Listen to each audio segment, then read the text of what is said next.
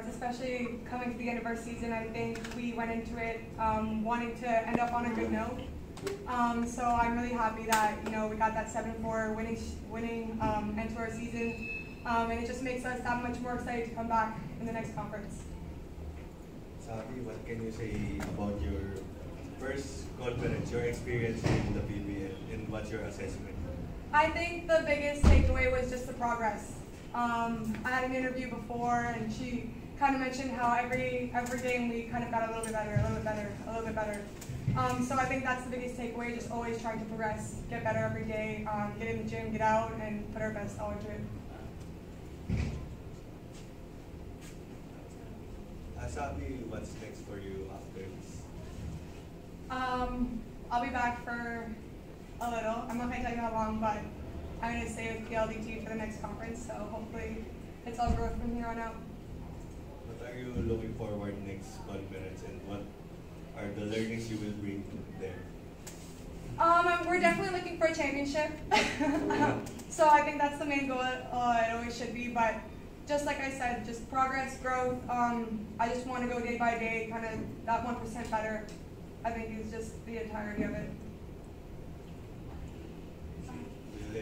We'll let you go. Thank you so much. Sorry, my family's here.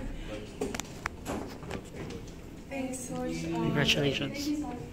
Coach, 5 seconds to end the conference. Ano lang nag-feel mo about this win?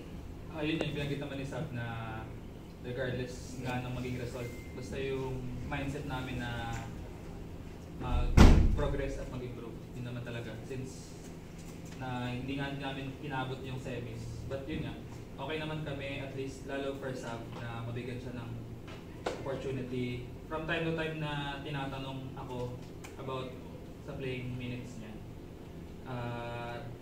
Ang take ko lang, kailangan niyang ma-feel yung competition dito eh.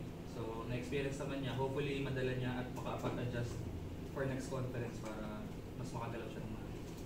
Coach, yung anong assessment niyo lang sa buong team niyo dito sa naging conference niyo, na madadala niyo rin yung learnings for next season? So, yun na, yung mahirap kasi talaga yung hinabol si Sam. Pero, tawag dito. Hindi kasi lahat matitrain, lalo yung sa mga big crowds, yung sa mga tight games, sa mga high pressure. So, lahat ng dinaanan namin games medyo kinapos kami ng konti. Pero ang pinapag-mindset lang sa kanila, mag-improve pa rin araw-araw. So yung ano namin dito sa conference na to is madala sana yung experience para mas maging solid yung chemistry for next conference. Coach, unfortunately yun nga po hindi umabot ng semis. Pero kumusta naman po yung team moral siguro, tsaka yung personally sa inyo po, anong nakikita niyo sa team kahit na 7-4 standing? Siguro yung after ng Choco Mucho na game, yun yung medyo crucial for us eh, na kung nanalo talagang may mas chance pa kasi sa points sa abot. Pero yun nga, kahit kasi nakuha namin yung Choco, if nabukasan kami nung nabukasan kami ng Rhea at Erica, tapos may 2 games pa kami na gusto namin makuha. Siguro yun man lang makuha namin na happy kami since kahit wala yung mga usual starters, nag-step up si Ange saka si Jules. So, okay na.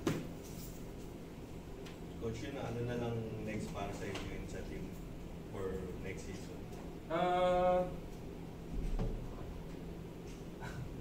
Next season, reinforced. So, goal natin kumuha ng maayos na import muna. Pangalawa, kung magkaroon ng additions from the locals, i-grab din natin para mas umokay yung lineup. Kasi yung top 4 na nakapasok, talagang stuck na yung lineup eh.